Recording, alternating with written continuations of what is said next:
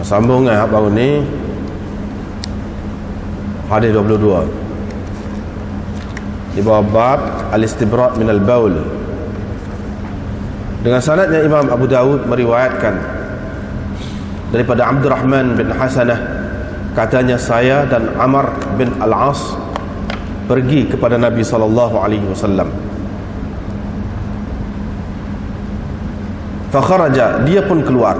Yang Nabi SAW keluar dalam keadaan bersamanya ada daraqah, yakni perisai dari kulit. Thumma istatara biha, kemudian Nabi SAW bersembunyi dengan menggunakan daraqah ataupun perisai itu. Yakni Nabi SAW berlindung di balik perisai itu. Kemudian dia kencing. Faqulna, kami pun berkata, unzuru ilaih, tengok kepadanya itu, tengoklah kepada dia. Dia kencing seperti mana perempuan kencing. Kata-kata itu didengar oleh Nabi SAW.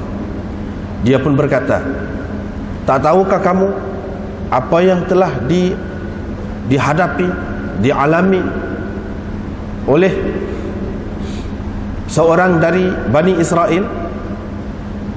Mereka, yakni Bani Israel, bila air kencing terkena mereka, mereka akan memotong apa-apa yang terkena air kencing itu dari mereka. Fanahahum, sahib tadi, orang tadi, seorang daripada Bani Israel tadi melarang mereka. Kerana itulah dia diazab atau diseksa dalam kuburnya. Abu Dawud berkata, Mansur berkata, yakni dengan meriwayatkan daripada Abi Wa'il, daripada Abi Musa, berhubung dengan hadis ini, katanya jilda ahadihim, yakni apa-apa yang mengenai kulit mereka, apa-apa yang mengenai, yakni air kencing yang mengenai kulit seseorang dari mereka. Yakni kalau kita kata jilda, yakni qata'u ma asabahu al-baul jilda ahadihim. Kalau kita kata jildi, yakni dia balik kepada sana, minhum, yakni qata'u ma asabahu al-baul min jildi ahadihim, jildi. Asim berkata, diriwayatkannya dari Abi Wa'il, daripada Abi Musa, daripada Nabi SAW, sabdanya jasada ahadihim atau jasadi ahadihim, yakni air kencing yang mengenai mereka. Apabila air kencing mengenai mereka, mereka memotong tubuh mereka yang terkena air kencing itu, tubuh mereka yang terkena air kencing itu. Baiklah, bab kencing sambil berdiri. Dengan sanadnya Imam Abu Dawud meriwayatkan daripada Hudzaifah, katanya Rasulullah SAW pergi ke satu tempat buang sampah, kepunyaan satu golongan orang. Baginda SAW pun kencing sambil berdiri. Kemudian dia meminta air, famasaha ala khuffai, lalu selepas itu dia menyapu khufnya, dua khufnya. Abu Dawud berkata, kata Musaddad, qala, katanya, yakni kata Hudzaifah, fadhahabtu ataba'adu, saya pun mahu pergi jauh, yakni pergi jauh darinya. Fada'ani, tetapi dia memanggil saya, sehingga saya kuntu inda aqibihi, saya berada dekat dengan tumitnya, jadi saya berdiri dekat tumitnya. Babun fil rajul yabulu bil lail fil ina, bab seseorang kencing, bab orang yang kencing pada waktu malam dalam bekas, kemudian disimpannya dekatnya. Diriwayatkan daripada Umaymah binti Ruqayqah bahawa dia berkata, Nabi SAW ada satu mangkuk min aidan, dari kayu, di bawah katilnya, di mana dia membuang air kecil di dalam bekas itu pada waktu malam. Bab tempat-tempat yang dilarang kencing padanya. Dengan sanadnya Imam Abu Dawud meriwayatkan daripada Abi Hurairah bahawa Nabi SAW bersabda, hindarilah dari dua perkara yang membawa kutukan orang. Hindarilah dua perkara yang menyebabkan orang mengutuk, orang melaknat. Mereka berkata, wa man la'inan, apakah dua perkara yang membuatkan orang mengutuk, wahai Rasulullah? Rasulullah SAW menjawab, yaitu alladhi yatakhalla fi tariqin nas au zillihim, yaitu orang yang bersendiri di tengah jalan orang ataupun di bawah naungan orang. Jadi orang yang bersendiri maksudnya orang yang membuang air. Pada ketika buang air itu sorailah, biasanya itu kinayah kepada buang air. Jadi orang yang membuang air di jalan orang ramai ataupun di tempat bernaung orang ramai. Dengan sanadnya Imam Abu Dawud meriwayatkan daripada Mu'adz bin Jabal, katanya Rasulullah sallallahu alaihi wasallam bersabda, ittaqul mala'inat thalathah, hindarilah dari tiga perkara yang membawa kutukan orang. Pertama, membuang air besar fil mawarid, di ataupun di tempat orang mengambil air, yakni pada sumber air, wa qari'atit tariq, dan di tengah jalan, wazil, dan di bawah naungan. Ini buang air besar di tempat-tempat tadi, tiga tempat tadi. Bab fil baul fil musta'am, kencing dalam bilik mandi. Dalam bilik mandi, asal maknanya bilik mandi air panas. Dengan sanadnya Imam Abu Dawud meriwayatkan daripada Abdullah bin Mughaffal, katanya Rasulullah sallallahu alaihi wasallam bersabda, jangan sekali-kali seseorang dari kamu atau sesiapa dari kamu kencing fi mustahammihi, di dalam bilik mandi. Bilik mandinya asal maknanya bilik mandi air panas, tapi sekarang dia digunakan dengan makna bilik mandi. Thumma yaghtasil fi, kemudian dia mandi pula di dalamnya. Ahmad berkata, kemudian dia mengambil wudu yang di dalamnya. Fa inna ammatal waswas minhu, kerana kebanyakan waswas itu berpunca darinya. Dengan sanadnya Imam Abu Dawud meriwayatkan daripada Humaid Al-Himyari, dia adalah anak kepada Abdurrahman, katanya, saya telah bertemu dengan seorang yang telah bersahabat dengan Nabi SAW, seperti mana Abu Hurairah telah bersahabat dengan baginda. Qala, dia berkata, Rasulullah SAW melarang seseorang dari kita menyikat rambut pada tiap-tiap hari, ataupun dia mandi fi mughtasalihi, ataupun dia kencing fi mughtasalihi, di dalam bilik mandinya. Babun nahyi 'anil baul fil juhur, ini bab larangan dari kencing pada lubang. Kencing pada lubang.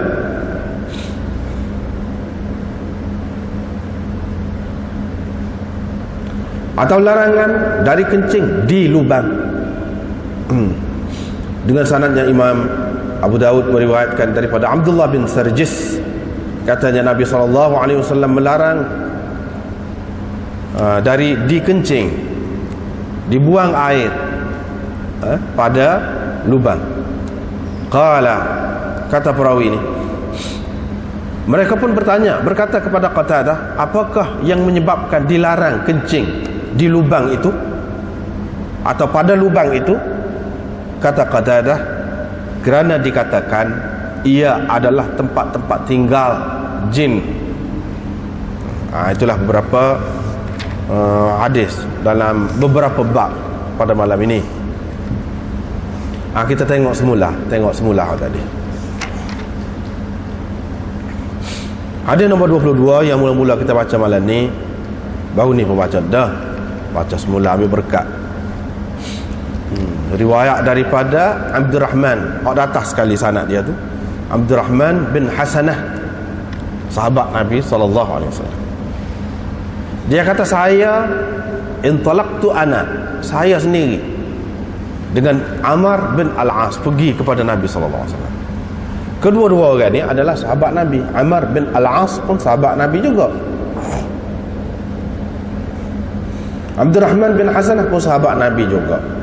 Ada orang mengatakan, jadi ada ulama mengatakan Abdurrahman bin Hasanah itu ialah adik-beradik kepada Syurahbil bin Hasanah. Yang ni seorang sahabat Nabi SAW. Ada orang mengatakan tidak, ni hak lain. Tak apalah, kok mana-mana pun kedua-duanya adalah sahabat.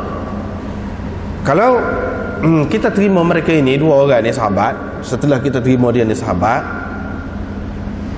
bagaimana bila Nabi SAW kencing dan cuba menutup dirinya dengan perisai tu, mereka ni kata, tengok tu, macam mana dia kencing serupa dengan orang tina kencing. Adakah sesuai seorang sahabat ni kata begitu, kata begitu terhadap perbuatan Nabi SAW? Ini macam dia tak kenal ni, macam dia tak kenal, macam orang kata buat nganyi, memperolok-olokkan, mempersendakan perbuatan Nabi SAW itu, sedangkan dia ni sahabat. Kalau kita tengok dalam riwayat yang lain, riwayat Salman umpamanya, dan banyak lagi riwayat yang lain, disebutkan orang-orang kafir yang kata begitunya. Hak kata, tengok tu kecil seperti orang tina, dia kata tu kata sebagai buat nganyi. Yang ni orang kafir hak kata begitu. Bagaimana dalam hadis ini disebut faqulna, kami berkata? Boleh jadi jawapannya, boleh jadi mereka ini ketika dia kata begini ni, ketika dia tidak Islam lagi. Ketika dia tidak Islam lagi, dua-dua ni tidak Islam lagi. Bila dia tidak Islam, dia seperti orang lain lah. Seperti orang lain lah. Boleh jadi orang lain lagi buat menganyi, ataupun sahabat lain cerita ada orang kafir buat menganyi, itu mereka dua ni dah. Boleh jadi juga. Tetapi ketika mereka belum Islam, ni dia cerita dia peristiwa sebelum Islam, tetapi dia riwayatkan hadis ini kepada orang bawah dia, iaitu kepada Zaid bin Wahab. Yang ni Abdurrahman bin Hasanah ni cerita kisah ni kepada Zaid bin Wahab pada ketika dia Islam. Setelah dia Islam, tak apa lah tu, tak apa. Bukan dia cerita pada ketika dia tidak Islam. Dia syarat nak terima hadis ni, dia kena Islam. Perawi dia tu, perawi yang datang kita nak ambil, dia kena Islam, syarat dia. Itu syarat. Kalau tidak Islam tak boleh. Islam pun bukan Islam main-main, kena adil. Islam yang adil, yang bermaruah. Kalau Islam saja tak boleh lagi. Tak boleh lagi. Sebab itulah ni kata dhaif, orang ni kata macam ni, ni kata macam ni. Sebab tidak padan dengan Islam saja. Islam tu hak nombor satu sekali lah, mula-mula sekali. Bermakna dia meriwayatkan hadis ini, cerita ni setelah dia Islam, maka boleh terima lah. Itu kaedahnya, kaedah hadis. Walaupun cerita tu cerita semasa dia kafir. Hak dia kata gini-gini tu, dia kata tu sebagai orang kafir dulu. Pada masa dia cerita, dia Islam, tak apa, boleh terima. Seperti Abu Sufyan cerita kan, cerita kepada Heraklu. Dia cerita kisah Heraklu tu, yang mana Heraklu panggil pok-pok dia nak tanya tentang Nabi SAW. Lepas tu dia riwayat kepada orang lain, sebab orang Islam tak ada pada masa tu, kafir belakang pok-pok tu. Lepas tu dia cerita kepada orang lain, dia cerita selepas Islam. Boleh terima riwayat seperti itu. Dalam Bukhari apa banyak seumpama itu. Jadi macam hadis Abu Sufyan dalam Bukhari itu. Yang ni dia cerita selepas dia Islam, tak apa. Ni pun lagu tu. Itu satu pendapat. Pendapat yang kedua, iaitu faqulna, kami kata tu dia Islam dah. Bukan dia tidak Islam, dia Islam dah, tapi baru Islam. Sebagai orang Arab yang kebanyakan, memang dia biasa kencing sambil berdiri. Kalau orang lelaki ni kencing sambil berdiri. Kalau kencing sambil duduk tu pelik, jadi berasa pelik. Dia bukan nak buat nganyi sini, dia menyatakan keheranan dia, pelik, tidak serupa ramai-ramai. Boleh kita terima juga. Ni kalau dia Islam. Kalau kita terima dia ni sudah Islam dah ketika dia riwayat ni. Ketika cerita ni pun ketika dia Islam dah. Tapi boleh jadi Islam pun oleh kerana dia tidak biasa. Dalam masyarakat tidak biasa begitu. Maka dia berkata, faqulna, kami pun kata, tengok dia kencing seperti orang Tino. Pasal tidak biasa. Orang-orang Arab kebanyakannya kencing sambil duduk, orang lelaki ni. Kalau kencing sambil duduk ni orang Tino. Itu yang kedua. Yang ketiga, faqulna, kami kata, yakni dia ini secara majaz, bahasa pinjaman. Bukan kami kata tu, mana dia kata. Kami tu dia mewakili. Maknanya orang-orang masyarakat umum. Maknanya kalau tanya siapa-siapa pada masa tu, semua akan kata pelik tu lagu tu. Itu makna faqulna. Faqulna tu kami kata, yakni dia mewakili, seseolahnya orang lain ucapkan atas lidah dia, atas lidah mereka berdua ni. Ini orang panggil secara majaz. Itulah tiga pendapat. Nabi SAW keluar dan dia ada bersama dia tu daraqah. Daraqah perisai daripada kulit. Perisai ni macam-macam, daripada besi, daripada kayu, daripada kulit, macam ni daripada kulit daraqah. Dia pun berlindung. Artinya Nabi SAW nak ajar kepada kita adab pada ketika buang air. Di antaranya duduk, di antaranya lagi kalau ada apa-apalah yang dapat melindungi kita daripada pandangan orang, kita gunakanlah. Kita gunakanlah, iaitu misalnya kalau ada perisai, tudung dengan perisai. Kalau ada payung, tudung dengan payung. Walaupun tidak dapat tudung sekeliling pun, tudunglah setakat mana hak boleh. Ini termasuk dalam adab. Kalau kita boleh buat binaan yang lebih kemah, lebih tertutup lagi baik. Lagi baiklah. Ni setara dalam keadaan susah, dalam keadaan payah macam tu pun, dia tunjuk juga cara kepada kita bagaimana supaya kita melindungi diri pada ketika buang air. Dia ajar juga. Apalagi dalam keadaan kita senang, lebih-lebih lagi lah kena buat. Fasami'a dzalika. Nabi SAW pun dengar hak dia kata.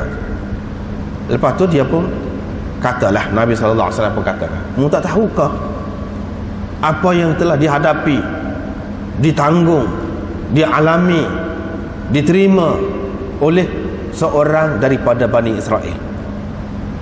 Ceritanya begini, orang Bani Israel ni kalau kena air kencing, mereka akan potong. Apa-apa yang kena air kencing dari mereka itu, mereka akan potong. Itu cerita. Dalam syariat Nabi Musa, Nabi dulu, dia kalau kena air kencing, kena kain, tak boleh nak dihilangkan najis itu dengan basuh, dengan air, tak boleh. Kecuali kena potong. Kena gunting kau, kena kerak kau, kena apa kau. Begitu.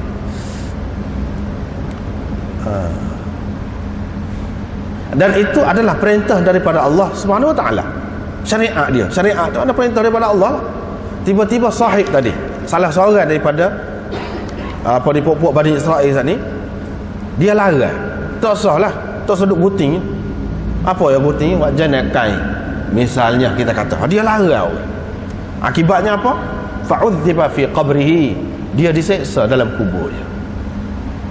Yakni kena kain ataupun kena apa-apa tubuh, air kencing saat ni najis tak boleh, kena buat, kena potong kain itu. Kalau kena tubuh kena basuh lah. Kalau kena kain kena potong.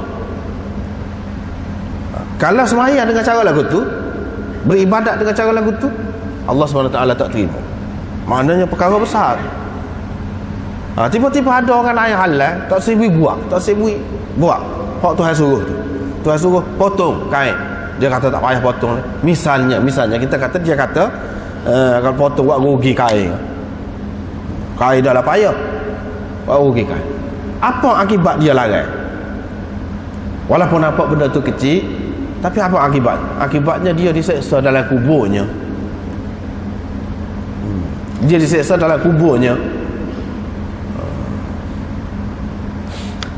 Dia diseksa dalam kuburnya, orang tu.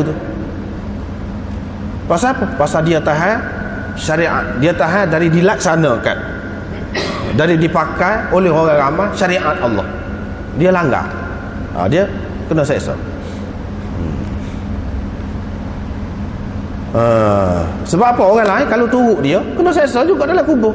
Dalam hadis sebelum pada ni kita sudah jumpa dah, iaitu ada orang yang mati kena seksa dalam kubur dia. Pasal apa? Salah seorangnya tidak jaga daripada air kencing dia.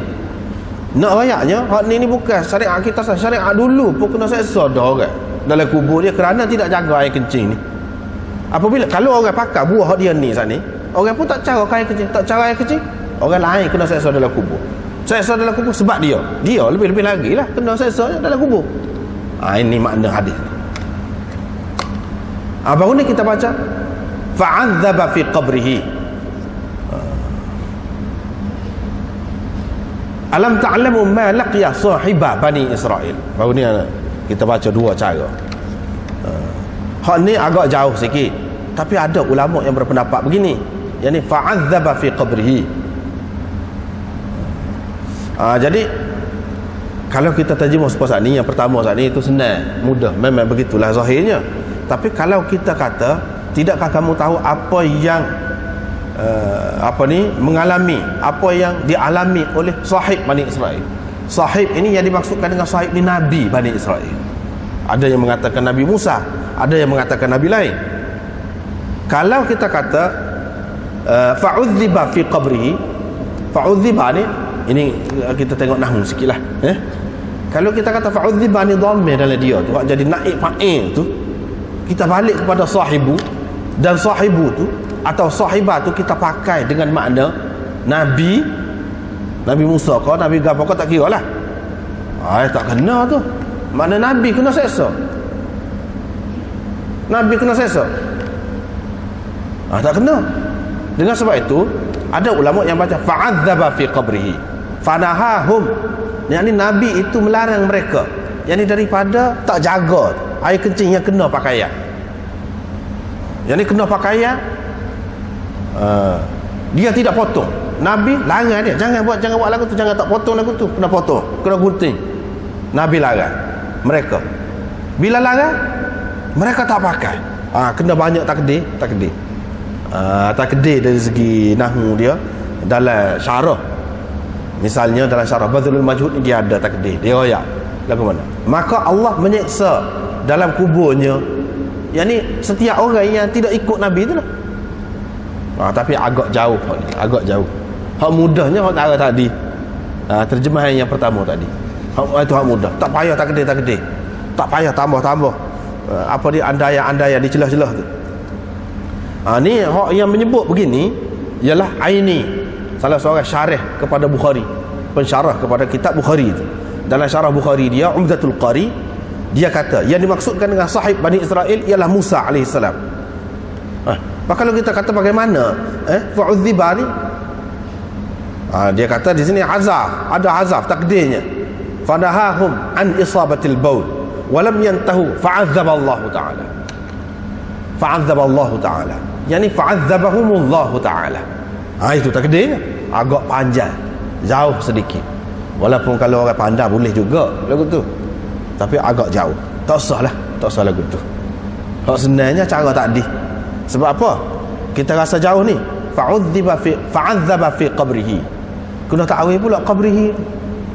Tu nak balik ke mana? Sebab tadi qata'u. Bani Israel itu ramai, asabahum jamak. Qata'u jamak pula.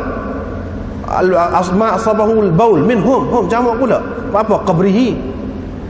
Tak lagi tu. Kalau Allah menyeksa dalam kuburnya, seksa tu puak-puak dia Bani Israel, bukan Nabi tu. Apa sepatutnya fa'adzabahum fi quburihim, sepatutnya. Itu tak lagi. Sebab tu kata molek tadi, walaupun orang besar kata lagu ni besar pun, tapi agak rumit lah nak betul ayat tu. Kena pusing banyak. Banyak kali pusing, tak ada bahasa lah. Sepuluh tadi senang. Baiklah.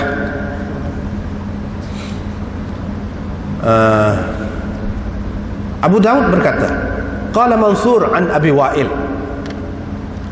Qala Mansur an Abi Wa'il. Mansur meriwayatkan daripada Abi Wa'il, daripada Abi Musa berhubung dengan hadis ini. kata Abu Musa, jilda ahadihim. Yani kanu idza asabahumul baul qata'u ma asabahul baul, qata'u jilda ahadihim. Begitulah. Atau qata'u ma asabahul baul min jildi ahadihim. Kalau kata jildi, dia gini ya. Jadi kita sebut benda-benda gitu tu kadang-kadang kalau orang ramai-ramai ngaji tidak mengaji cara nahwu molek, boleh jadi dia jemu ayat lagu tu. Tapi kalau hak ngaji molek dia jelira pula ayat lagu tu. Kalau tak ayat lagu tu masalah pulaknya. Itulah sebab kadang-kadang ayat lah, kadang-kadang ayat lah. Kalau tak ayat tu jadi muskil. Apa pusing kok mana ni? Kalau kata jilda kok mana? Kalau kata jildi tu kok mana? Pergi mana? Sambung mana pula? Asim berkata, diriwayatkannya daripada Abi Wa'il, daripada Abi Musa, daripada Nabi SAW, jasada ahadihim ataupun jasadi ahadihim.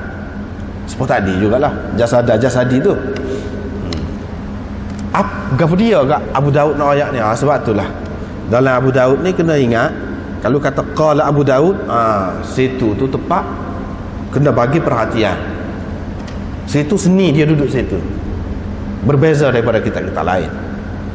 Apa dia nak ayat? Dia nak ayatnya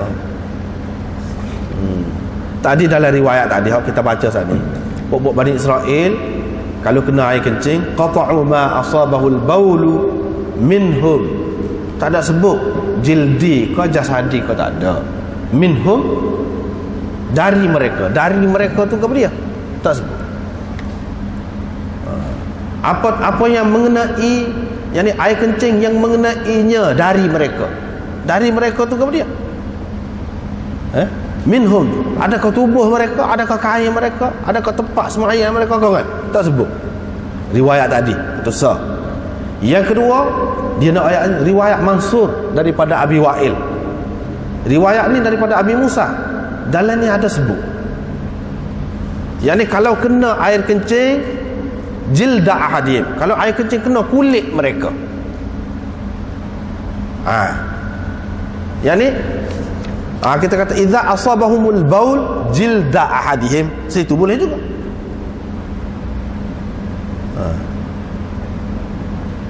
Jilda ahadihim, yani kalau air kencing kena kulit mereka.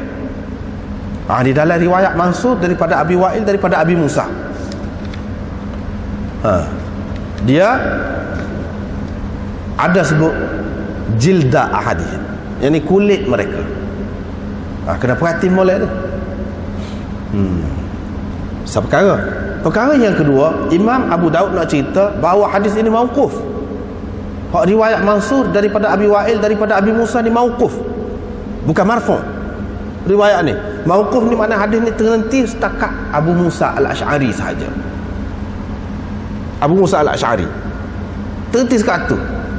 Dalam hadis ni tak ada ayat kata Nabi SAW kata gini. Tak ada. Hanya ni kata-kata Abu Musa. Baik. Seorang lagi yang meriwayatkan daripada Abi Wa'il, iaitu Asim. Abu Daud kata Asim meriwayatkan daripada Abi Wa'il, daripada Abi Musa, daripada Nabi SAW, jasada ahadihim. Di sini dia kata kalau air kencing kena tubuh mereka, jasad yang ni tubuh mereka. Tadi kena kulit mereka, ni kena tubuh mereka.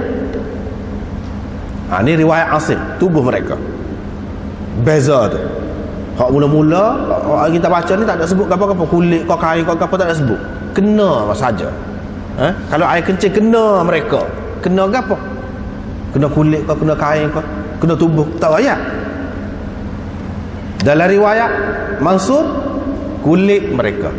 Dalam riwayat Asim, jasad ataupun tubuh mereka. Jadi kalau air kencing kena tubuh mereka, air kencing kena tubuh mereka. Itu perkara yang pertama. Nak ayat Imam Abu Daud nak ayat beza di antara beberapa riwayat ni. Beza di antara beberapa riwayat ini. Lepas tu yang keduanya di sini dalam riwayat Asim, ini hadis marfu', bukannya hadis mauquf. Sebab apa? Abi Musa anin Nabi sallallahu alaihi wasallam. Mana hadis ini diangkat oleh Abu Musa sampai kepada Nabi sallallahu alaihi wasallam. Yang ni hak kata kena apa ni, bila kena tubuh mereka, mereka potong apa yang terkena air kencing dari mereka. Jadi dari mereka tu kalau tubuh kena potong tubuh lah. Hai, lagu mana ni? Kena potong tubuh. Hak ni pula marfu'. Hak tadi mauquf. An Abi Musa, berhenti sekat tu. Hak ni marfu'. Tu beberapa perkara kena perhati. Apa ya Abu Daud? Hak ni. Dia hak ni riwayat daripada Abu Musa ni ada dalam Bukhari. Ada dalam Bukhari. Tapi dalam Bukhari ada sebut dengan jelas. Bila kita tengok situ selesai. Dia kata mana? Ni.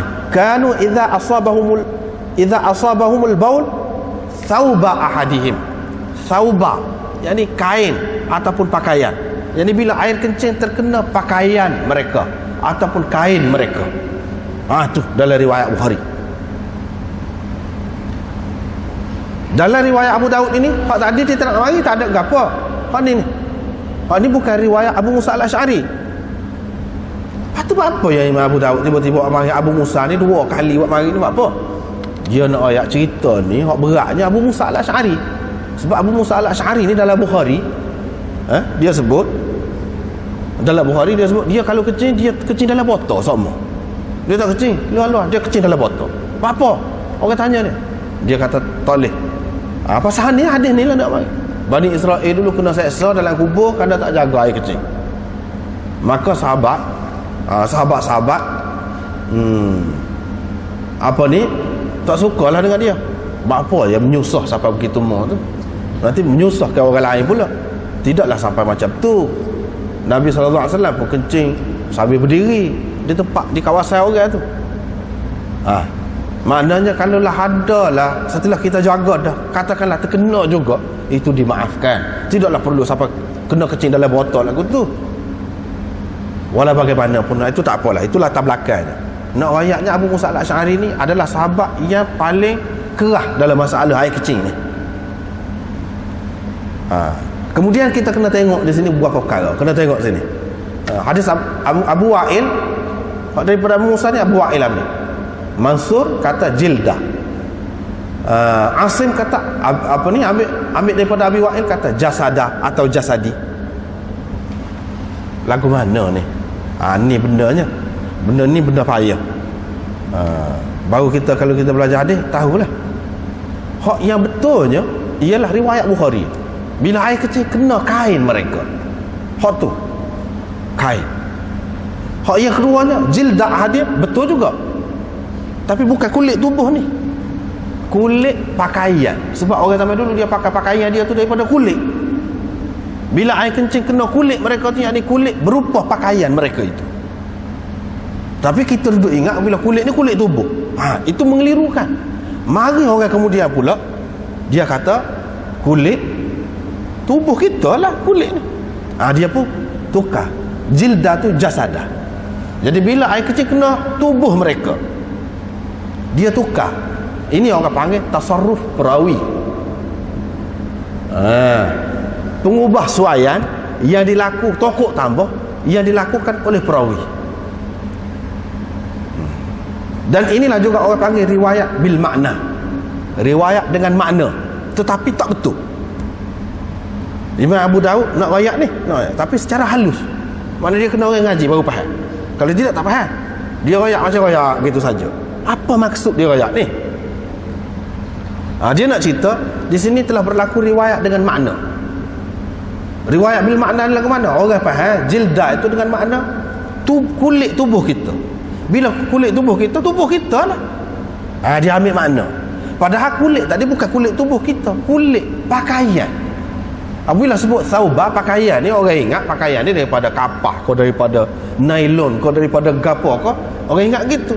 Tidak, sampai dulu pakaian ni dia daripada kulit. Sebut kulit ini makna pakaian juga. Tak apa lagi sekadar tu. Tetapi kalau sampai pergi jasada itu tak betul. Sebab apa?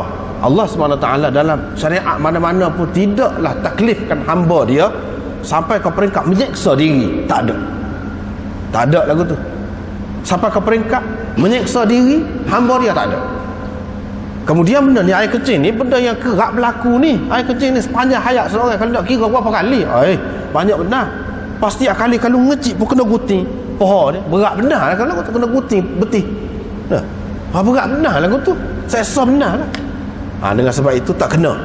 Imam Abu Daud nak cerita di sini, ada sebut jasada ataupun jasadi itu adalah riwayat bil makna, dan itu termasuk dalam tasarruf perawi yang mana kita kena beringat. Perawi mana yang buat lagu ni celaru kucar lagu ni awak mana? Siapa dia? Pula. Itu perkara seterusnya. Kita nak kesal lah, kesalahan ni berlaku daripada siapa? Imam Abu Daud dia bagi dua aja. Mansur seorang, yang kedua Asim. Mansur ni tak apa, mana orang terima dia. Dia seorang yang kemah, orang yang molek. Mansur ini sebab apa dia kata? Cuba kita tengok. Mansur di sini. Lepas tu an Abi Musa, tak apalah. Qala Abu Musa jilda ahadihim. Begini juga tersebut dalam Sahih Muslim. Sahih Muslim pun ada jilda ahadihim, kulit ni ada sebut. Asim berkata, Asim ni siapa? Asim ni qari itulah. Qari, qurra, imam ataupun kepala kepada qiraat 7. Salah seorangnya Asim. Asim bin Bahdalah, yang mana hafaz ambil daripada Asim itulah qiraat hafaz. Banyak kan masyhur rata riti ni hafaz tu ambil daripada Asim ni lah. Asim ni dalam qiraat memang dia muktabar, tapi dalam hadis tak lagi. Ni punca dia. Dalam hadis tak lagi, punca dia. Baik, kita tengok. Huwa ibnu Abin Najud al-Kufi, ahadus sab'ah al-qurra, sabtun hujjatun fil qira'ah. Dia adalah seorang yang teguh dan hujjah dalam qiraat. Qala Yahya al-Qattan, tapi Yahya bin Sa'id al-Qattan, mana seorang tokoh rijal, dia berkata, ma wajadtu rajulan ismuhu Asim illa wajadtu radi'il hifz. Tak pernah saya jumpa orang nama Asim, melainkan saya dapati dia seorang yang lemah ingatan dia. Hak saya jumpa Asim sebanyak-banyak orang hak nama Asim ni, ingatan dia tak molek. Ingatan dia tak molek. Apa makna dia? Dia nak ayat Asim ni pun ingatan dia kurang molek juga. Orang royak lagu lain, dia royak lagu lain. Orang kata jilda, dia kata jasada. Ataupun orang royak jilda, dia tidak faham, dia pergi faham lagu lain. Dia pergi faham lagu lain. Dia nak mina, tapi nak mina lah kau usap mana. Sebab itu ulama hadis tak sih pakar. Qala An-Nasa'i, Nasa'i kata laisa bihafiz, tidak hafiz. Abu Bakar Al-Bazzar berkata walam yakun bil hafiz, dia ni tidak hafiz. Wala na'lamu ahadan taraka hadithahu ala dhalik. Walaupun begitu, kita tidak mengetahui sesiapa pun meninggalkan hadisnya. Mana orang boleh ambil hadis dia tu untuk iktibar, untuk iktibar, sekadar tu. Tapi nak jadikan hujah dia dalam hadis tak boleh. Nak kata hak ni hak sebenarnya tak boleh. Hak ni hak asalnya, jasada ni, jasadi ni, hak ni hak asalnya tak boleh kata lagu tu. Sebab apa? Sebab ada Asim seorang. Tak boleh kita tak ambil kira hak lain. Sebab itulah Imam Abu Daud dia mari sini, Asim, Mansur. Dua orang ni anak murid kepada Abu Wa'il kedua-duanya. Hak ni kuat, hak ni tidak kuat. Itu beza dia. Kadang-kadang orang ni kuat dalam satu bidang, dalam bidang lain dia lemah sangat. Ada lagu tu. Termasuklah hak ni Asim. Baiklah.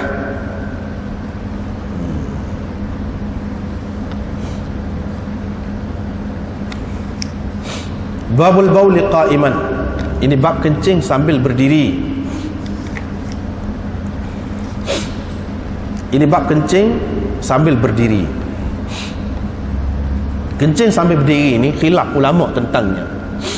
Di antara ulama yang mengatakan harus, boleh, bahkan elok. Kadang-kadang itu elok. Pasal apa? Pasal Nabi SAW ada buat. Sunnah juga lah dia. Sunnah juga.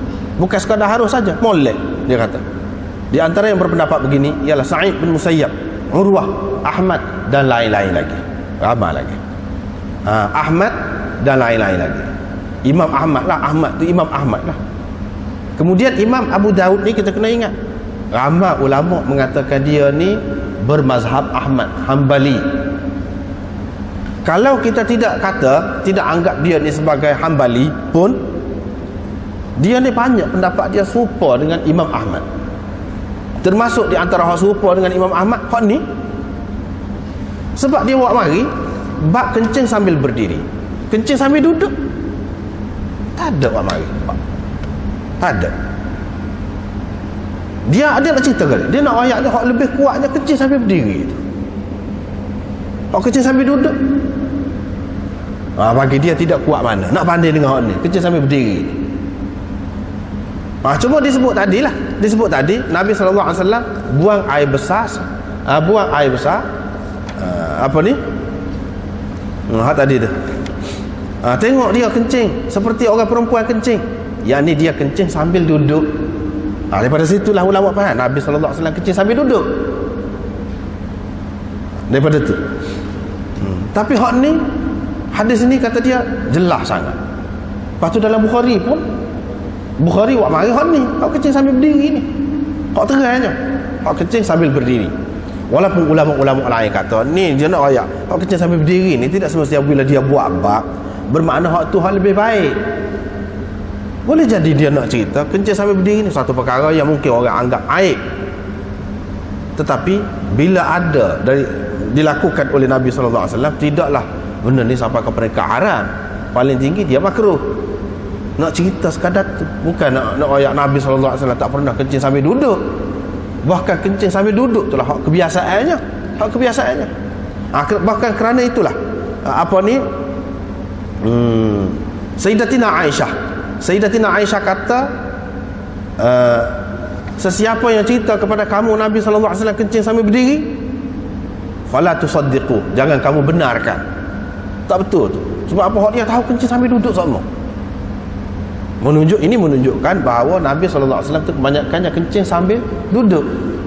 Sehingga dia kata, kalau orang cerita kepada kamu Nabi kencing sambil berdiri, jangan kamu benarkan, jangan percaya. Ni hadis ni ada ni kencing sambil berdiri. Ni dalam Bukhari pun ada kencing sambil berdiri. Jadi Aisyah raya hak di rumah, dia raya hak di rumah, ataupun sekadar hak dia tahu tak ada kencing sambil berdiri. Ini menunjukkan hak kencing sambil berdiri ni sekadar nak menyatakan keharusan, bukan nak menunjukkan sunnah hak lebih baik, nak menunjukkan keharusan dalam keadaan-keadaan tertentu. Tetapi oleh kerana perkara ni agak pelik daripada hak kebiasaan Nabi SAW, kerana itulah kebanyakan pengarang-pengarang kita hadis ni dia buat bab ni hak kencing sambil berdiri. Bukan bermakna kencing sambil berdiri itu lebih baik, nak galakkan kencing sambil berdiri itu, bukan makna begitu. Ini bagaimanapun ini adalah perbahasan di antara ulama. Imam Abu Daud mengatakan serupa dengan Imam Ahmad, kencing sambil berdiri itu harus kurang-kurangnya. Kalau tidak elok pun sekurang-kurangnya harus. Nak kata makruh tu tidak makruh. Apalagi haram, tak. Orang-orang yang mengatakan makruh tu pun dia kata makruh tanzihi. Makruh dari segi beradab, moleknya tidak berdiri lah, moleknya duduk. Tanzih dengan arti nak menyucikan kita, mengelokkan adab kita. Bukan makruh tahrimi, bukan makruh hak dekat dengan haram tu, tidak. Makruh ni makruh tanzihi. Orang hak kata makruh tu pun. Tapi orang hak kata makruh tu pun kalau ada masalah, orang ni ada masalah, sakit kau dengan anak kau payah kau nak duduk, tak apa pula dia kata harus juga. Dia pun kata harus juga. Ni masalah Imam Ahmad, Abu Daud ni kalau tak ada apa-apa masalah pun nak kencing sambil berdiri tu tak makruh. Itu beza dia. Orang lain kata makruh kecuali kalau ada keuzuran. Kalau ada keuzuran tak ada lah makruh tu. Demon ni kata kalau tak ada keuzuran pun tidak makruh, harus sekurang-kurangnya. Lebih lagi sunnah, sebab Nabi SAW pernah kencing sambil berdiri. Dia buat pergi ke situ. Tapi sunnah pun kita kena tengok sunnah hak lain kata. Sunnah betul hak Nabi SAW buat, tetapi hak mana hak lebih banyak dia buat? Hak mana hak lebih banyak dia buat? Hak kecil sambil duduk. Jadi artinya sunnah itulah yang lebih banyak. Bagaimanapun zaman sekarang ni orang buat tempat air kencing tu tidak sesuai kalau kita nak duduk. Kalau kita duduk jadi habis beladung. Di tempat-tempat bangunan-bangunan sekarang ni dia kena kencing sambil berdiri. Bagaimana dalam keadaan begitu? Kalau kita kencing sambil duduk menyebabkan jadi ngecik kepada orang lain, dan dia sediakan itu dengan airnya, tubik, dengan segala kelengkapan lah, kemudahan, kebersihan itu cukup. Cuma sambil berdiri dalam keadaan itu adalah lebih baik. Dan tentulah kita ni kalau kita kencing sambil berdiri tidak menyebabkan orang kemudian jadi kutuk kita. Kalau kita kencing bawah meladung habis, orang kutuk kita. Sedangkan Nabi SAW dalam hadis kemudian suruh elakkan diri daripada kutukan orang yang menyebabkan orang marah. Dan dia buat dah tempat lagu tu, apa yang kita kencing bawah pula. Lebih baik kita kata kita kencing sambil berdiri lah di tempat itu, sebab tempat itu tidak sesuai untuk kencing sambil duduk. Seperti mana Nabi SAW kencing sambil berdiri sini kerana tidak sesuai duduk, ada sebab dia. Nabi SAW kencing pergi ke satu Subatah ni tempat buang sampah. Dia pun kencing sambil berdiri. Di sini ini menunjukkan dia kencing sambil berdiri. Imam Syafi'i kata orang Arab kalau sakit belakang, salah satu penawar untuk sakit belakang dia kencing sambil berdiri. Itu salah satu rawatan untuk sakit belakang. Kalau kencing sambil berdiri ni dia boleh menyembuhkan, kata dia. Sebab itu Nabi SAW kencing sambil berdiri. Dia kata gitu, sebab kencing sambil berdiri itu. Bukan saja Qadhi Iyad kata sebab dia kencing sambil berdiri ni, waktu dia lama tak duduk cakap-cakap dengan sahabat dia, jadi banyak ada yang tidak selesai, dia terpaksa kena tahan air kencing dia. Bila dia pergi nak kencing tu dalam keadaan cepat-cepat, tak ada pergi jauh. Sebab itu dia panggil sahabat ni suruh duduk dekat dia, pasal tak ada pergi jauh. Tak ada pergi jauh sebab dia duduk tahan lama dah nak kencing. Dengan sebab itu dia kencing sambil berdiri. Kalau kencing sambil duduk tak ada, dia kata gitu. Sebab itu Nabi SAW kencing sambil berdiri. Sebab biasanya dia pergi jauh nak kencing, ni tak ada pergi jauh. Sebab apa? Dia duduk tahan dah air kencing.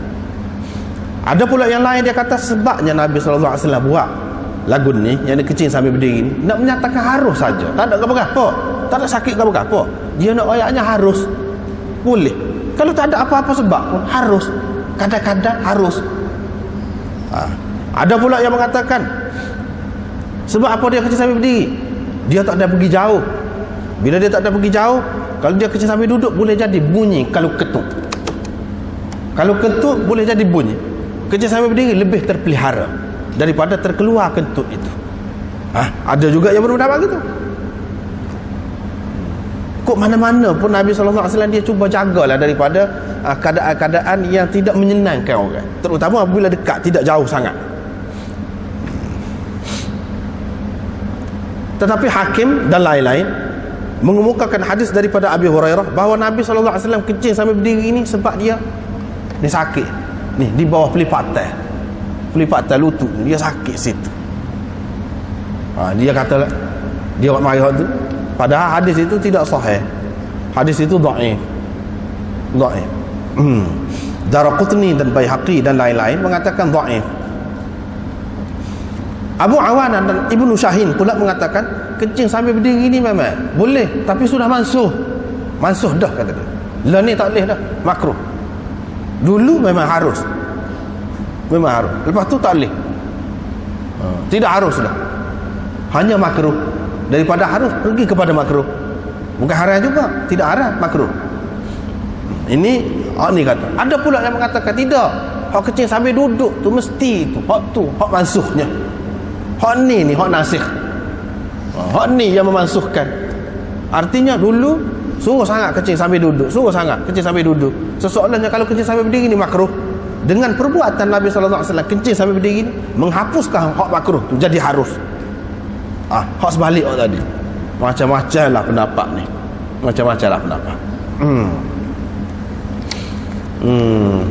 Bagaimanapun ada kemudahan lah kepada kita bila Nabi SAW kencing sambil berdiri ni. Setengah ulama pula kata tak, Nabi SAW kalau benda tu makruh sekalipun, kalau dia buat tidak makruh ni tak dapat pahala kalau buat, cuma tak berdosa. Tetapi kepada Nabi SAW kalau dia buat benda makruh pun dia tidak berdosa, orang lain pun tidak berdosa juga. Bukan tak dapat pahala, dapat pahala juga. Ni makruh ni, kencing sambil berdiri ni, mengikut kebanyakan ulama lah. Dia kata makruh sambil. Tapi Nabi SAW buat untuk menunjukkan kadang-kadang boleh. Hak makruh pun jadi boleh pahala kalau dia buat. Tapi kalau kita buat hak makruh, tak boleh pahala kalau orang lain. Ini di antara contoh benda makruh kepada orang lain. Kalau Nabi SAW buat, bagi dia boleh pahala, bagi kita tak boleh pahala. Tak apalah.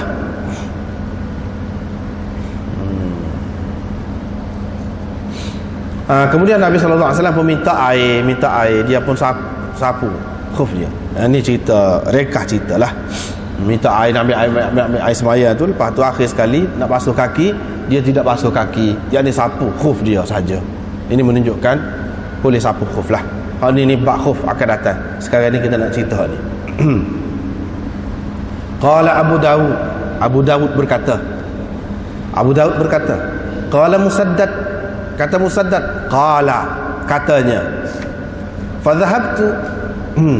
fadhahabtu ataba'adu, saya pun nak pergi jauh, nak menjauhkan diri darinya. Fada'ani, tetapi dia panggil saya hingga saya berada dekat tumitnya. Jadi saya berdiri nak belaga tumit dengan dia. Mana belaga belakang dengan dia, dekat duduk dengan dia. Apa maksud Imam Abu Dawud kata gini? Qala Abu Dawud, qala Musaddad. Tadi cuba kita perhati semula, babul baul qa'iman, bab kencing sambil berdiri. Wa bihi qala haddatsana Hafs bin Umar wa Muslim bin Ibrahim qala haddatsana Syu'bah qala wa haddatsana Musaddad qala haddatsana Abu Awanah wa hadha lafzu Hafs an Sulaiman an Abi Wa'il an Hudzaifah. Ini perbahasa sanad. Biasanya dia bahas sanad lah. Qala Abu Dawud itu, Imam Abu Dawud ambil daripada 3 orang tok guru dia. Hadis ni dia ambil daripada 3 orang tok guru dia. Yang pertama Hafs bin Umar, yang kedua Muslim bin Ibrahim. Mereka berdua ni kata haddatsana Syu'bah. Pusing, berhenti sekali. Sanad asal lagi je, Imam Abu Dawud ambil daripada tok guru dia Musaddad. Musaddad ambil daripada Abu Awanah. Ini lafaz Hafs daripada Sulaiman, daripada Abi Wa'il. Ni hadis hak dia akan sebut ni, ata Rasulullah sallallahu alaihi wasallam subata qaumin dan seterusnya ni, hak dia sebut ni lafaz hadis apa ni? Hafs. Kata guru dia Hafs tadi. Hak ni lafaz hadis Hafs. Dia nak cerita ni pula ni lafaz hadis Musaddad. Dalam riwayat Musaddad, salah lagi tu guru dia nombor 3 Musaddad. Dalam riwayat Musaddad dia ada tambahan begini, fadhahabtu ataba'adu, saya pun nak pergi jauh. Ada tambahan lagu ni. Jadi ada ziyadah, ada tambahan. Yang ni selepas daripada ni Hudzaifah cerita ata Rasulullah sallallahu alaihi wasallam subatata qaumin. Selepas ini ada tambahan lagu ni. Tambahan fadhahabtu ataba'adu. Yang di dalam riwayat Musaddad. Tapi dalam riwayat Hafs tak ada tu. Dalam riwayat Musaddad ada. Lepas pada subatata qaumin itu ada fadhahabtu ataba'adu, saya pun nak pergi jauh, nak pergi alah lain lah. Moga ingat tak molek kalau duduk dekat ni nak buai. Rupa-rupanya dia tak bui, saya pergi jauh, dia suruh mari duduk dekat. Tu beza. Imam Abu Dawud nak ayat beza di antara riwayat tutup guru dia. Dalam riwayat ni ada saya nak pergi jauh tu. Dalam riwayat yang pertama Hafs itu tak ada. Dalam riwayat Hafs dan Muslim bin Ibrahim tak ada. Ini mengikut kaedah ilmu hadisnya orang panggil lagu mana? Ziyadah. Ada tambahan dalam matan hadis itu. Ziyadah. Ziyadah ni ziyadah siapa? Kalau kita terima tambahan ini tambahan daripada Musaddad dalam riwayat dia. Sebab orang lain tak ada tu. Yang ni Imam Abu Dawud kesan daripada 2 orang tu guru dia lagi tu tak ada tambahan tadi. Hak adanya dalam riwayat Musaddad. Tapi Musaddad ni orang setara mana? Orang kuat. Bila orang kuat, tambahan dia tu boleh dipakai, boleh diterima. Ini termasuk dalam kaedah dia panggil ziyadatus thiqah maqbulah.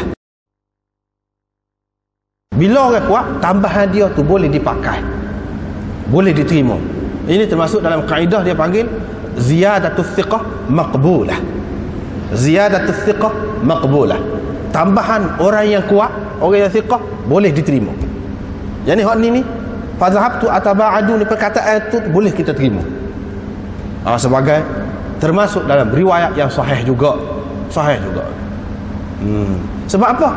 Sebab boleh jadi seseorang tu walaupun dia molek, dia baik, dia tak ada apa masalah, tapi kadang-kadang dalam cerita dia tu dia rekah. Apa salahnya?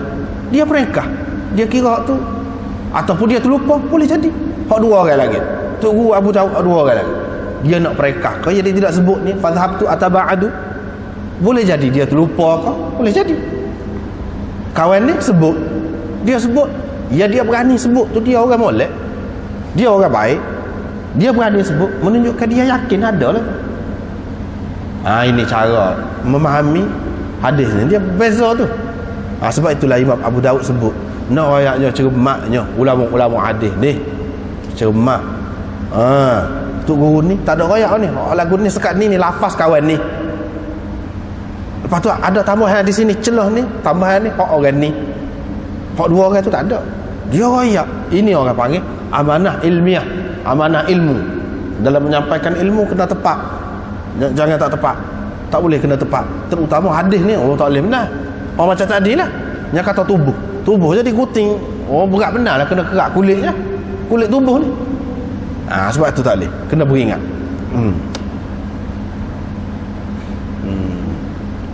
Fada'ani hatta kuntu 'inda aqibihi, sehingga saya berada dekat tumitnya, dekat tumit Nabi SAW. Ini menunjukkan bahawa orang lain yang ada dekat kita sekali nak kecil tak apa.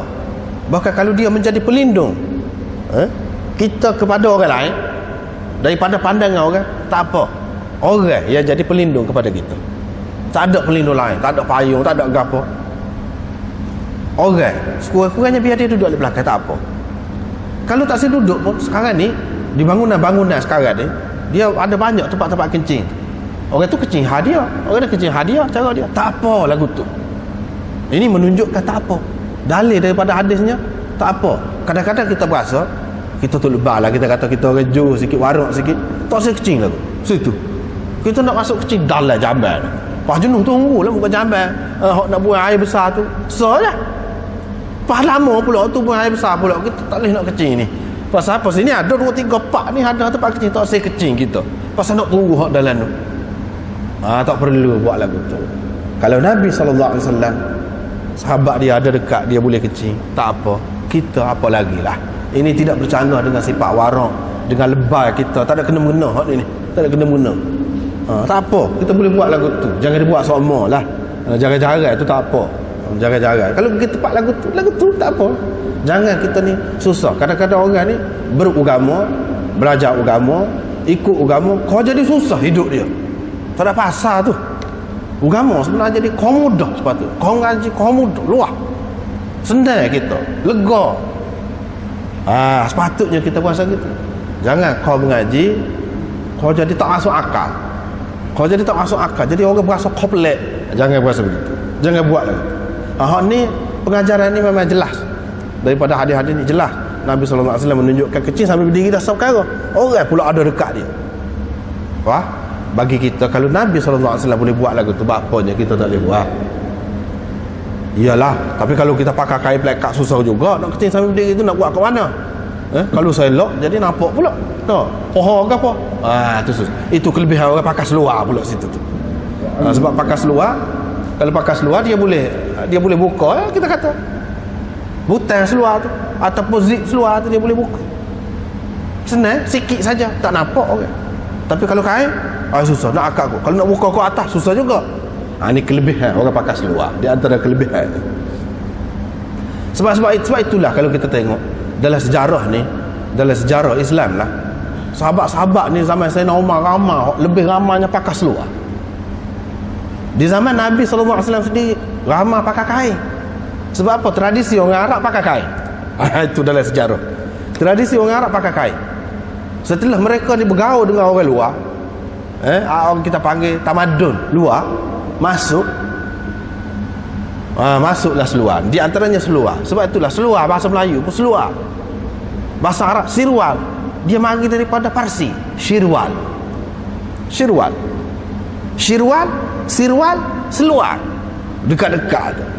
Asalnya Parsi, bahasa Parsi. Yang ni budaya Parsi ni, budaya luar ni. Pakai seluar tu asalnya. Tetapi sahabat-sahabat terima baik. Dia berasa molek. Yalah, kalau naik unta pun, kalau naik kuda pun pakai kain. Selok bukan main tu kalau pakai seluar. Kalau pakai kain. Tapi kalau pakai seluar tidak. Tak timbul masalah tu. Kalau tempat-tempat yang sejuk, sejuk, pakai kain, masuk ke bawah ni. Tapi kalau pakai seluar, selamat. Banyak perkara lah. Misalnya nak kencing sini, jadi tidak banyak dedah aurat. Tapi kalau pakai kain, lebih terdedah. Supaya juga perempuan, bagi anak, ada lebih suka perempuan pakai seluar yang molek lah, biar molek lah. Seluar dalam kau, alik luar ni, pakai jubah kita kata biar molek. Sebab apa? Kalau naik motor kan, dia tidak akan terdedah kaki betih. Tapi kalau pakai kain, naik motor terdedah. Ini kelebihan pakai seluar.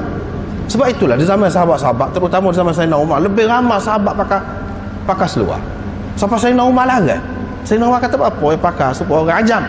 Pakai kain, dia kata. Tetapi tak ada siapa pun dengar. Ni nak ceritanya kadang-kadang budaya luar ni, lebih orang berasa selesa. Benda tu tak boleh ditahan. Sayyidina Umar tu dia ada politik dia. Itu larangan politik, bukan larangan hukum. Nak kata haram kau tidak. Itu dari segi politik. Ada kadang-kadang Sayyidina Umar ni dia larang dengan maksud politik. Dia banyaklah maksudnya, kita tidak nak bincang hak tu sini. Jadi nak hak ni dulu. Baiklah. Seterusnya, orang yang kencing pada waktu malam dalam bekas, thumma yad'uhu 'indahu, kemudian dia menyimpannya dekat dia simpan, boleh ke tidak? Ini bab kecing, kita kecing dalam bekas, dalam makuk ke, dalam botol ke, dalam apa-apa tu, letak tepi. Pagi esok pergi buang. Ini pengajaran daripada Nabi sallallahu alaihi wasallam. Cara kecing pun ajar, terutamanya kepada orang zaman dulu. Mustahak benar ni. Kalau pergi kecil tanah jauh, pergi kecil pagar pun dia tak ada, ular, jeking, kala, macam-macam ada, rimau pun ada kalau zaman dulu.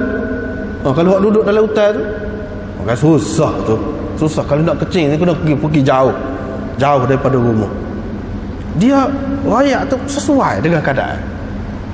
Ini satu keadaan.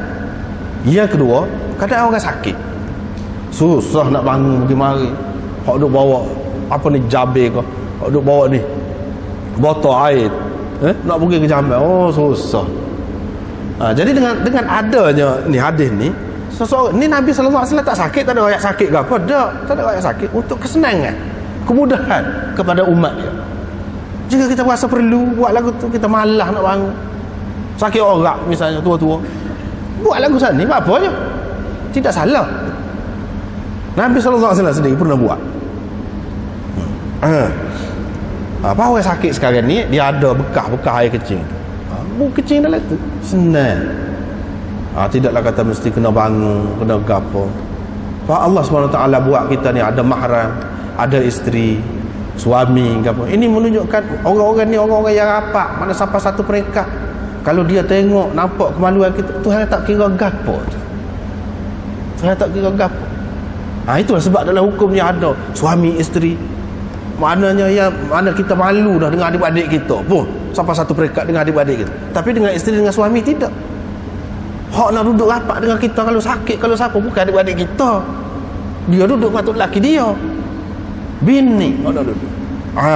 Inilah hikmahnya. Apa ya, dedah aurat gapo, kita kata bersetubuh, sampai ke peringkat tu lah boleh. Maknanya ketika ni pun demon ni boleh bantu kita. Kita tak boleh nak gerak, kita tak ada berasa apa. Hak tu nak, kalau tidak seksa juga orang sakit ni. Main dengan isteri, main apa, kita tak selesa lah. Dia siapa?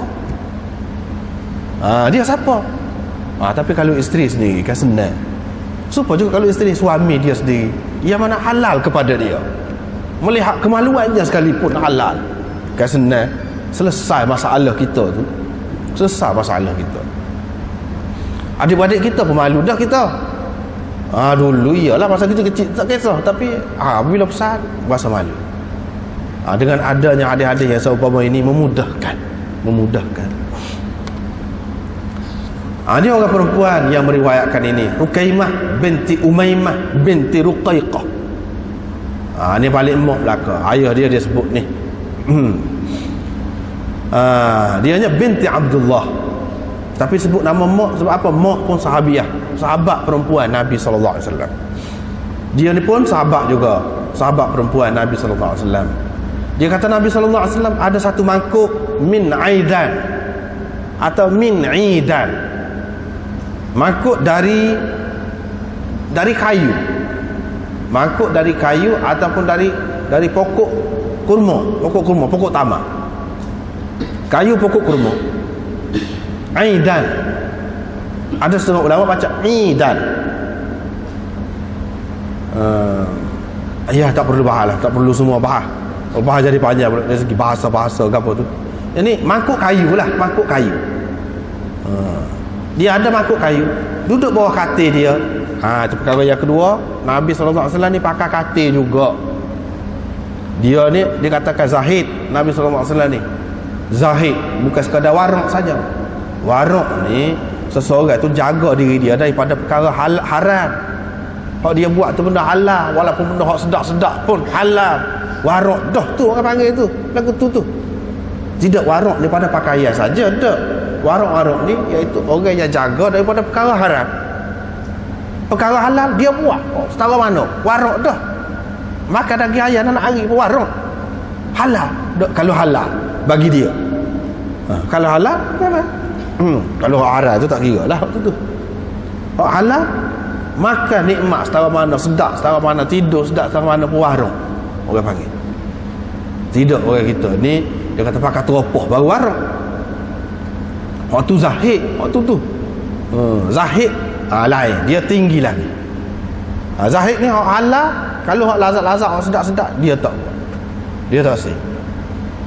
Tak say bukan tak say saja duk hipung piti dak. Tak say bui kau orang lah. Waktu dia kira dia pada sekat ni tidur atas tikar. Pada tidur atas tikar, tak say tidur atas lembek. Tak say pakai kasut, pakai teropah. Makan tak say makan daging ayam, makan ikan kering. Piti banyak buat kewajikan. Tu zahid orang panggil. Kalau lagu tu zahid. Walaupun halal tetapi hak lebih-lebih daripada keperluan dia tak buat. Tu zahid lah. Nabi SAW ni tak ada lah. Nombor satu zahid. Contoh zahid. Zahid pun dia pakai katil. Ni ayatnya konsep zuhud dalam Islam ni bukan seperti yang setengah-setengah dalam kitab-kitab tasawuf tu. Kalau kita tengok zahid itu benar lah, kalau tak ada langsung katil-katil gapo tak boleh, lembek gapo semua tak boleh. Tak. Kalau kita nak mengikut cara tasawuf, mengikut Nabi SAW, tidak menghalang daripada seseorang itu dinamakan zahid walaupun dia pakai katil. Nabi SAW ada lembek. Patut kata dia tidak atas tikar, ada ketika dia tidak atas tikar. Maknanya dia ni orang yang tidak cerewet lah, tidak payah basuh kata. Tidak payah basuh, mudah. Lagu ni pun tak apa juga. Tidak kata jadi nak marah balah dengan bini kerana tak jaga benda-benda lagu tu. Tak ada. Lah mana ada tak apa. Terimalah hal tu. Kalau susah, cara susah. Senang, cara senang. Zuhud dia pun bila dia senang, dia simpan makanan untuk setiap bini dia tu selama setahun, untuk setahun. Tu zuhud Nabi. Lagu tu tak apa, lagu tu. Tidak bercanggah dengan agama. Lagu tu pun zahid. Kita tak boleh kata, zahid Nabi ni ketika sesak, bila dia kaya, tahu makanan sampai setahun. Tak ada lah zahid dia pada ketika tu. Tak boleh kata lagu tu. Nak ayatnya zahid lah tu. Lagu tu lah zahid yang betul. Tidak makna zahid tu meninggalkan dunia. Lagu tu jadi pokok sami pula. Lagu tu pokok padri. Dalam Islam tidak nak tu. Sebab tu kita tengok dia ada katil, dia ada lembek, dia makan ayam, dia makan itik, dia makan arnak. Setengah-setengah kita pun tak aja makan, dia makan. Mana dia terbuka, mudah basuh. Yabulu fihi fil lail, dia kencing dalam bekas itu pada waktu malam. Pada waktu malam lah. Ini pada waktu siang tak. Dia sifat untuk pada waktu malam. Yang ni dalam keadaan perlu, misalnya kalau nak pergi keluar tu ada mungkin perkara-perkara yang membahayakan. Di zaman Nabi SAW bukan binatang saja yang bahayanya, musuh-musuh pun ada juga. Musuh-musuh, pokok kafir ni, pokok munafik ni, duk cari peluang semua hitam bila keluar seorang. Jadi dalam keadaan tu kita boleh ambil kira lah, sakit ke apa-apalah keadaan kita, boleh kita guna begitu. Terutamanya mudah benarlah kepada orang-orang yang bermasalah, sakit orang ke tua-tua, mudah buat lagu tu lah. Air kecil saat ni kadang-kadang Nabi SAW sendiri pergi buat. Kadang-kadang bini dia nak royaknya, bini dengan suami ni rapat gitu mau lah. Kalau bini tu boleh pergi buat air kecil jarang-jarang sekali, takkanlah suami tu tak boleh buat pula air kecil bini. Kalau dia sakit katakanlah, sepatutnya kena ada timbal balik begitulah. Tapi kadang-kadang orang jantan ni dia special semua. Allah kau tino dia nak suruh jaga dia. Kalau dia tak kena lah tu. Kalau Nabi SAW dia naknya kedua pihak tu kena jaga, kena molek kedua pihak.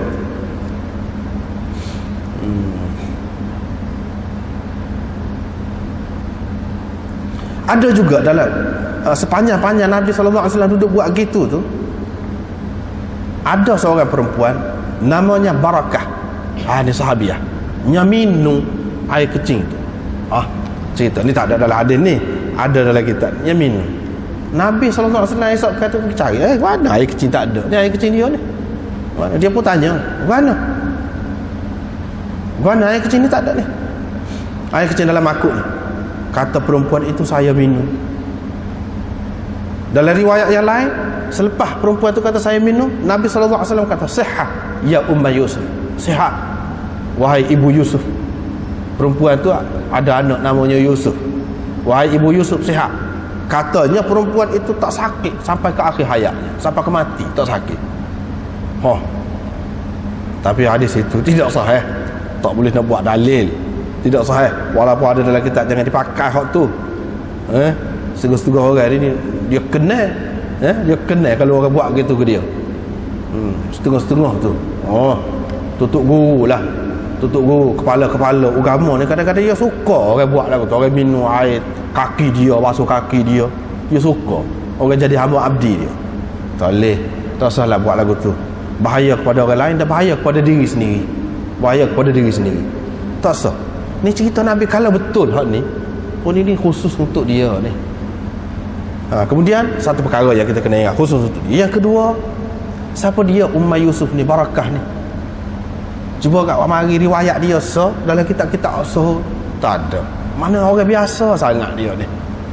Sahabat-sahabat besar lain, kalulah betul hak ni jadi sihat minum air kecil ni. Pakat berebut lah, mitok lah kata, dah ada kelebihan. Tak ada siapa buat lagu tu. Sahabat-sahabat besar hak tinggi-tinggi ni tak ada. Cerita Nabi bekal Abu Taibah ambil minum darah dia, itu cerita yang ganjil, yang pelik. Kes orang panggil waqi'atuha la umumalaha. Ni peristiwa khusus yang tidak boleh kita umumkan.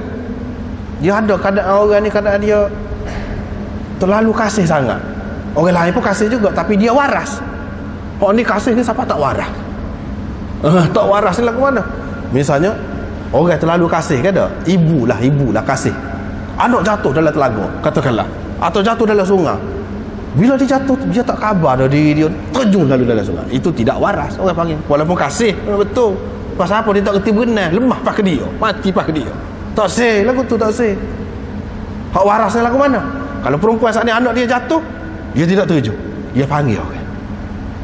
Walaupun dia kasih kepada anak, dia panggil orang. Sebab apa? Kalau dia terjun pakai dia, lemah, dia tak pandai berenang. Itu hak waras. Ni ada keadaan-keadaan lagu tu ni. Orang dalam keadaan bercinta, dia kadang-kadang dia mabuk, kata dia tak khabar ke diri, sebab itu dimaafkan dia, tak apa dia. Tapi Nabi SAW tak pernah galakkan supaya orang ambil ni darah ni pakat minum. Ada ke lagu tu? Tak ada. Hukumnya sama. Darah, air kecing, dalam Quran, dalam hadis kata najis, semua najis. Setengah ulama mengatakan air kencing Nabi, darah Nabi ni suci. Buktinya hak ni kes lain. Hak ni kes lain. Kalaulah suci, kalaulah memang ada kebaikan sungguh, ada galakkan, tentu sahabat-sahabat besar buat lagu tu. Sayyidina Abu Bakar ngulu-ngulu lagi buat. Dia tak ada sebut satu pun Sayyidina Abu Bakar pernah berlaku kepada dia macam ni. Bini dia sendiri kok, siapa dia yang lebih kasih kepada Nabi daripada bini dia? Kan nak kira bini dia, tapi waras tidak buat lagu tu. Kalau tidak, seseorang dia nak bagi contoh kepada orang bahawa air kecil ni suci pula. Sedangkan duduk raya air kecil ni najis, tak boleh kena sikit pun tak boleh. Orang mana pula minum? Ini benda kita kena faham. Berlaku kepada sahabat dengan Nabi sallallahu alaihi wasallam ni adalah luka tangan. Waktu dia kasih sangat, dia boleh hisap, tak kuasa kembali. Ni keadaan orang lain tu, dia mabuk tu mabuk. Tapi kalau biasa, tak sih. Darah nyamuk gigit dia tu boleh tak sih bahaya. Pasal apa? Takut cemar tangan dia. Tapi kalau orang dia kasih anak dia, tak apa, habis puas tangan dia, tak apa. Ni keadaan manusia. Sahabat-sahabat ni pun lagu tu juga. Kita kena tengok hukum-hukum dalam hadis ni hak kebanyakan. Jangan tengok orang dua tu. Jangan tengok orang dua. Tak boleh buat lagu tu. Mana ada seorang kau isteri Nabi sallallahu alaihi wasallam yang sebut dia ada minum air kecil Nabi? Mana ada? Tak ada. Dengan sebab itu ini kita tak boleh pakai. Apalagi dia tu dhaif, tidak sahih. Bila tak sahih tak boleh nak amal lah. Kalau kita kata nak amal, dah Nabi tak ada, dah nak amal lagi mana? Tak ada dah, habis cerita dah. Orang zaman dulu ketika dia ada pun tak ada orang berebut kerana nak dapat kelebihan tu. Tak ada. Habislah situ. Babul mawadhi' allati nuhiya 'anil baul fiha.